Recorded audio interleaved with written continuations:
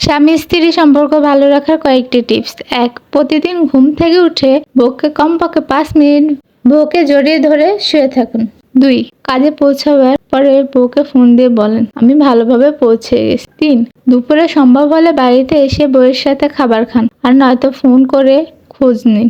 ৫. কাজ শেষে বাড়ি আসার সময় বউয়ের জন্য কিছু না কিছু নিয়ে আসেন, হয়তো ফুচকা, চটপটি, ঝালমুড়ি বা বউ যেটা পছন্দ করে সেই জিনিস।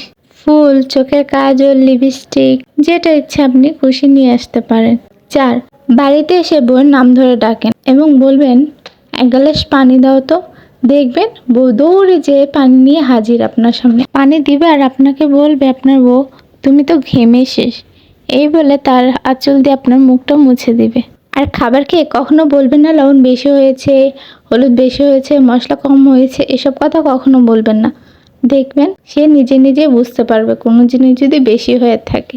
আর রাতে ঘুমানোর সময় বউকে বুকে জড়িয়ে ধরে ঘুমান।